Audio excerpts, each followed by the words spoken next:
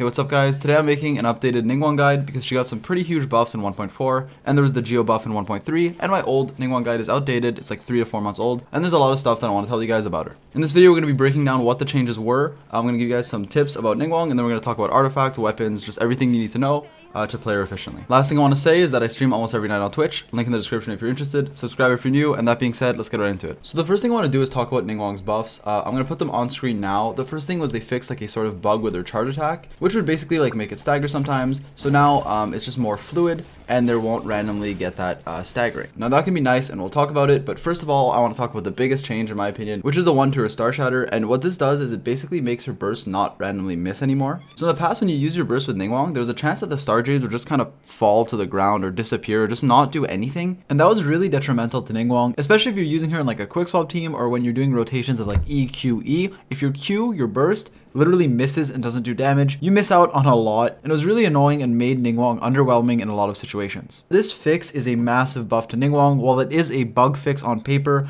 I think it's very fair to call it a buff because it makes her much more consistent and much stronger. I was personally scared of using Ningguang in quick swap teams because half the time it would just fail. So now since she's more consistent, that means more DPS and more reliable, which is a pretty huge buff. Also, if you don't know, in patch 1.3, they did buff the Geo Resonance. Now what it does, and before it was still pretty good, but now they just made it better. What it does is damage dealt is increased by 15% when you're shielded, which is good. Increases your shield strength, which is okay. But the main thing is that enemies have their Geo Resistance decreased by 20% when you deal damage to them, and that is huge. 20% Geo Resistance is massive, and on top of that, they buffed Zhongli, who is one of Ningguang's best supports, and we're going to talk about that in a bit. So overall, time has been very kind to Ningguang. She's gotten a lot better with the new buffs, and so I enjoy using her much more now as either a burst support or a carry. Now that we covered the changes, I'm going to talk about her abilities, her talents, then I'm going to talk about her constellations, how to play her, then we're going to go into artifacts, weapons, and all that. First of all, regarding Ningguang's attacks, we have to talk about Star Jades. So every time you normal attack, you'll get a Star Jade, and what a Star Jade is this little like floating rock next to you that'll be fired at an enemy whenever you charge attack.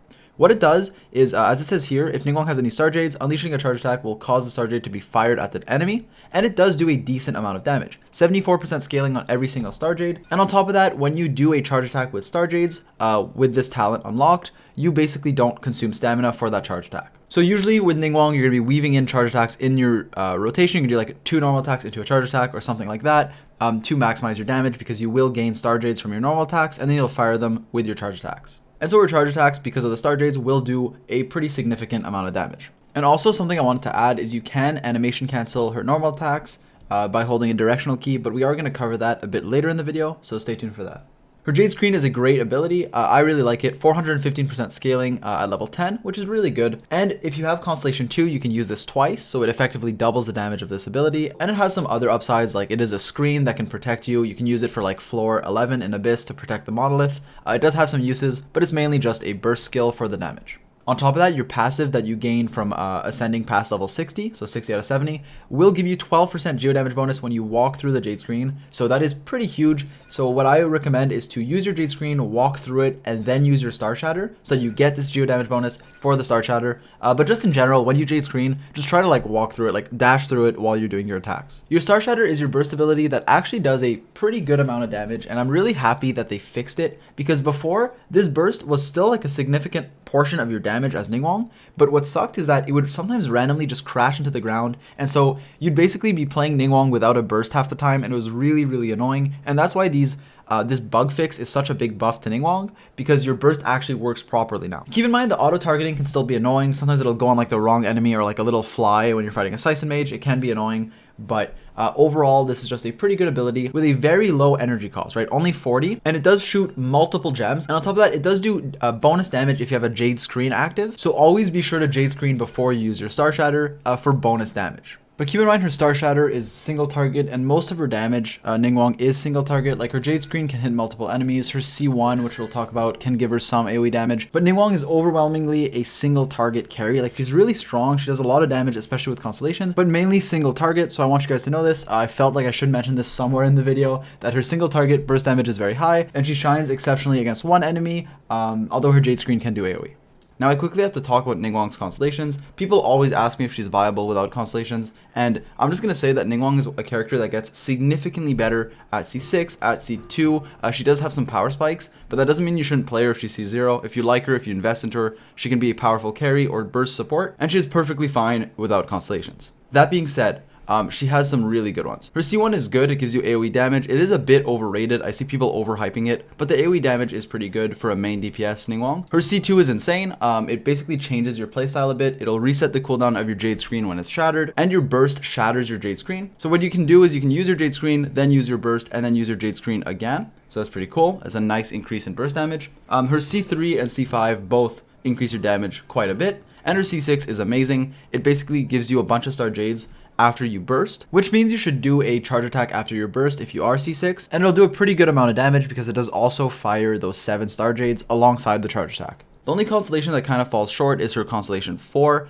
It increases elemental resistance, but like you don't really care about that too much. But all her other constellations, especially 2 and 6 in my opinion, are very strong. Now I need to show you guys some animation canceling and information you should know for Ningguang. The first thing I mentioned in my last video, this isn't new, but if you spam your normal attacks, right, see how slow they are? If you hold the directional key, it'll actually make it faster. So when you're spamming normal attacks on Ningguang or whatever you're attacking, even if you weave in charge attacks, you should hold the directional key. So basically hold your W key and just spam click, and that's how you basically make your normal attacks faster. Regarding her normal attacks, you guys should know that there's actually 2 different animations that are completely random, and basically what's annoying about this is that one of them makes the charge attack after much slower. Well, actually, if I get the different animation from her normal attack, you'll see the charge attack went out much slower there. Basically, there's a left hand normal attack and there's a right hand normal attack. See, she does that there with her left hand. Here she did with her right hand. And so the only thing this does is it just makes your charge attack after either slower or faster, so it can feel different, which is why sometimes Ningguang can feel clunky. And I just want to clarify that because I know sometimes I'd play Ningguang and I'd get confused as to why there were different charge attacks, and I didn't fully understand it. But basically,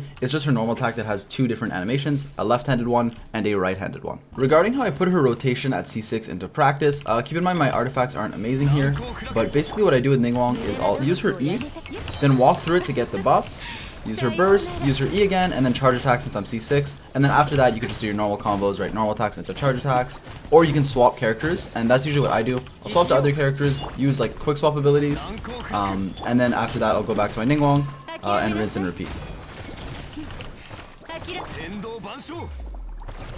Now let's talk about Ningguang's artifacts. We'll start by talking about her artifact sets, and then we'll go into artifact stats. So for the artifact sets you want on Ningguang, there's actually quite a few good ones, and I want to cover each one. So first of all, for a general Ningguang, for most people, what I'd recommend is 2-piece Archaic Petra, which gives you 15% geo damage bonus, and this is just almost always really good. With another 2-piece, and for most people, this is what I was getting at, 2-piece Glad is really good because it gives you 18% attack and is just good overall. Because this 2-piece will affect every part of your kit, your burst, your skill, your normal attacks, just everything, so it is pretty nice. However, Glad is really hard to farm and it isn't always the best. For example, I often use 2 Petra with 2 Noblesse, which is another good option, and this is good when you're using Ningguang, especially in like a quick swap team or a burst support. When you're popping Ningguang in, using your abilities, your E, Q, then another E if you're Constellation 2 onwards, and maybe like a charge attack with C6. When you're only doing like a quick rotation, having the increased burst damage can be very nice. But also substats are very important, so like if your Noblesse has much better substats than like your Glad, even if you're using your Ningguang a lot, it can be better. Obviously this depends. Now 4-piece Petra is another set that I really love, and you can put this on your Ningguang even if she's main DPS, but I especially like it if she's a support, when you're just trying to get a bunch of burst damage. If you pick up a crystal on her of a specific element and then you swap to your elemental main DPS, that character will do a lot more damage because as you can see here, they'll gain a 35% damage bonus for 10 seconds and it can be a significant increase in damage. So I do like 4 Petra, but to increase Ningguang's damage, I recommend 2 Petra with 2 Glad or 2 Petra with 2 Noblesse. Now another good option can be 4-piece Bolide. I personally dislike this for Ningguang because it basically only buffs your normal and charge attacks, which means you're going to have to be spamming those a lot to make the set good. But if you're using her as a main DPS where you stay on her for a very long time, 4 Bolides, 40% increase in damage to your charge and normal attacks can be very good and can be the best for you. Now for the stats you want on Ningguang, it is pretty straightforward. Crit is obviously something you're looking for, so crit damage and crit rate are very good. Obviously attack percent is a great substat too, and energy recharge can be useful, but I found that it's not that needed, especially C2 onwards. Now keep in mind, Elemental Mastery doesn't do much for Ningguang, so it's really not something you want. Basically, Elemental Mastery will make like your crystallized shield stronger, but that's really not a big deal, so you definitely don't want Elemental Mastery if you can avoid it. So I always look for crit on my substats if I can, but for your main stats, you definitely want attack percent on the Sands, geo damage bonus on the Goblet, and crit, so either rate or damage, obviously trying to get a 1-to-2 ratio, go for whichever one you need. On the circlet. Now we're going to talk about Ningguang's weapons. We're going to talk about best 5 stars, best 4 stars, and best free-to-play option, so I can cover everyone. First of all, I want to talk about her free-to-play catalyst, which I don't have. It's the Frostbearer, which is the new one that came with Storm Terror, and it's pretty good. It's just better than the other free-to-play options, better than Mapamare. So it's your best bet if you don't have any of the like Gacha 4 stars like Widsith or anything. Any of the weapons we're going to talk about next. And for Ningguang's best weapons, first I'm going to talk about the 5 stars. All 3 5-star catalysts are very good and can depend on your playstyle. For example, Lost Prayer gives you a ton of crit rate and a nice effect to where for a main DPS Ningguang, it can often be the best. That and the Memory of Dust do give you a lot of damage. Now something like Lost Prayer is especially useful if you're in battle for a while, right? Because the effect will stack up. So it's really good for main DPS Ningguang, and it's usually what I recommend if you have it. But for like quick swap and when you're just doing burst damage and all that, Skyward Atlas can be insane as well. And while the exact weapon ranking varies on many factors, like your constellations, how you play her, if you're using Bennett ult and all that, I would say as a general rule, all 3 5 stars are really good, and you should definitely consider using a 5-star if you have one. But Ningguang's weapons aren't black and white. As I said, it depends on a lot of things, so I'm going to be linking some resources in the description. I'm going to link a weapon comparison by Alec where he compares basically different types of playstyles, weapon ranking for Ningguang, because I can't cover all this in my video. I want to give credit to him as well. But as a general rule, 5 stars are really good on her. All 3 of them are really good. That being said, I'm a huge fan of Lost Prayer personally because it makes your crit ratio a lot easier to balance because it gives you crit rate. Now for the other weapons, the 4 stars, there are a few really good ones. I'd say the best 2 are Widsith, even at Refinement 1, and Solar Pearl, which is the Battle Pass weapon. First of all, we'll talk about the Solar Pearl. This thing gives you crit rate, which is really, really nice on Ningguang, and on top of that, its effect is sick. It buffs your elemental skill and burst damage when you normal attack, and then vice versa will also be true when you use your skill or your burst. It'll increase your normal attack damage, so this is really strong. Now it doesn't buff your charge attacks, and like while that can suck, it doesn't really matter because the weapon is still really strong, and I would highly recommend this weapon from the Battle Pass if you don't have like a better option, which is basically a 5-star. Now Widsith is a very comparable option, and obviously Widsith gets better with refinement, but we're going to be talking especially about R1 Widsith because most people won't have a fully refined one. This book is pretty good. It gives you a very high crit stat. At level 90, it gives you 55% crit damage, which is pretty insane. So just the stats on it are very nice, but on top of that, the effect can be really good. It'll either give you 60% attack at Refinement 1, or 48% elemental damage, or 240 elemental mastery. Now, a few important disclaimers about Widsith. Number 1, the elemental mastery is useless on Ningguang. So if you're using 2 catalyst users and you have like the Battle Pass weapon and the Widsith, someone who benefits from all 3 might want the Widsith more. For example, like a Mona, because Elemental Mastery on Ningguang is pretty useless. Another disclaimer is that this effect is only active for 10 seconds out of 30, and when you swap into her, it's active, so sometimes it can mess up if you're using her, especially as a main DPS and not in like a quick swap team, where you can swap into her, run around a bit, and then like the effect wears off, and then you enter a combat or something, so it can be annoying. But I am a big fan of Widsith. I think it's really strong because of the crit damage and the pretty good effect. If you were to ask me between Solar Pearl and Widsith, because I do get this question a lot, I personally think they're both really good. And I would say for average consistent DPS, Solar Pearl usually is the way to go. But if you already have a Widsith, I wouldn't recommend getting the Battle Pass weapon because you already have a weapon. You could get that Battle Pass weapon for someone else if you need it. Now we're going to talk about Ningguang's party comps. She's a very flexible character because she's Geo, which means she doesn't really proc any specific reactions apart from Crystallize, so you don't need specific elemental supports. Now I do want to say she's very strong with another Geo support. I almost always run Ningguang with either Albedo or Zhongli for a few reasons. Number 1, they generate Geo particles for each other, so while Ningguang doesn't really need too much ER, especially after Constellation 2, someone like Zhongli can, so running Ningguang and Zhongli together can let your Zhongli spam his burst all the time. Now, what's also really good about this is the Geo Resonance, which is arguably the best. It's a really strong resonance, and we covered this earlier, but it does reduce Geo resistance of enemies by 20%, which is absolutely huge. On top of that, it gives you increased damage. And what's so nice about decreasing Geo resistance is that it's one of the harder resistances to decrease. Usually, in a lot of comps, you'll run a Viridescent Venerer to reduce the element infused in Swirl, but you can't infuse a Swirl with Geo, so having a Geo Resonance or even having Zhongli, whose shield shreds resistances, is very nice. Now, obviously, you don't need Zhongli. Someone like Albedo can be a very strong Geo support as well. I like Zhongli and Albedo for Ningguang, one of the two or both. But even as like a free-to-play option, someone like the main character who isn't really who everyone has, can be a good option because she does give you a pretty good amount of burst damage and the Geo Resonance. Now, it wouldn't be a Ziox video if I didn't mention Bennett. He's just super strong. And while I recommend Bennett for everyone, I am definitely going to recommend him again for Ningguang, especially because it is hard to buff Geo. As I said, you can't really do many reactions. It's hard to reduce Geo resistance unless you have the Resonance, which, is good. But just giving that attack buff from Bennett is really, really strong, especially if you have like a low base stack weapon. And like healer choices is preference. I would recommend either Bennett or honestly Barbara for her Thrilling Tales, because other characters like Diona, for example, is good because she gives you a shield, but if you're running Ningguang and you're crystallizing or you're running her with like another shield character, Diona might not be needed. And similarly with Jean, like you can't run a 4-piece Viridescent on Jean, which makes her less efficient. Well, you still can. If you're running like official, you can swirl that with your Jean. But yeah, like some supports have less value with her. It doesn't mean Jean's bad with her. It doesn't mean Diona's bad with her. It's just someone like Bennett still gets like full value with the huge buff. Now, apart from that though, like Ningguang's very flexible in her comps. You can run basically any good support with her. I like Fischl a lot, especially at C6. Just gives you nice damage on your attacks.